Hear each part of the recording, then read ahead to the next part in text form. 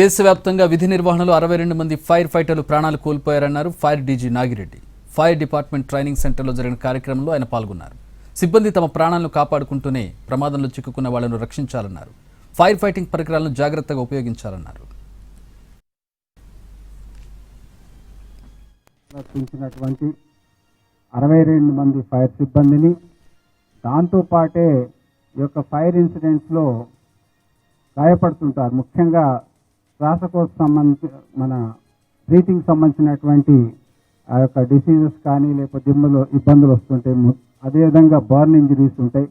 Fire సిబ్బంది అది ఎక్కడా కూడా లెక్కలోకి రాదు. వారికి కూడా ఈ సందర్భంగా గుర్తు చేసుకుంటూ, ఈ సందర్భంగా మన రాష్ట్ర ప్రభుత్వం ఇటువంటి సమస్యలు వచ్చినప్పుడు ఎక్స్గ్రేషియా పాలసీని కానీ, తర్వాత జనరల్ ఇన్సూరెన్స్ని కానీ, ఈ విధంగా వాళ్ళని ఆదుకునే విధంగా ఎక్స్గ్రేషియా పాలసీలో మనీతో పాటు చనిపోయినటువంటి పరిస్థితుల్లో వాళ్ళకి జాబ్ కానీ ఇట్లాంటి ఇవ్వడం కూడా ఆ పాలసీని పోలీస్ సిబ్బందికి ఏ విధంగా ఉందో దాన్ని గౌరవ ముఖ్యమంత్రి గారు మనకి ఇవ్వడం జరిగింది. ఆలోచించినటువంటి 62 మంది ఫైర్ సిబ్బందిని, దాంతో పాటే ఈ యొక్క ఫైర్ ఇన్సిడెంట్స్లో గాయపడుతుంటారు. ముఖ్యంగా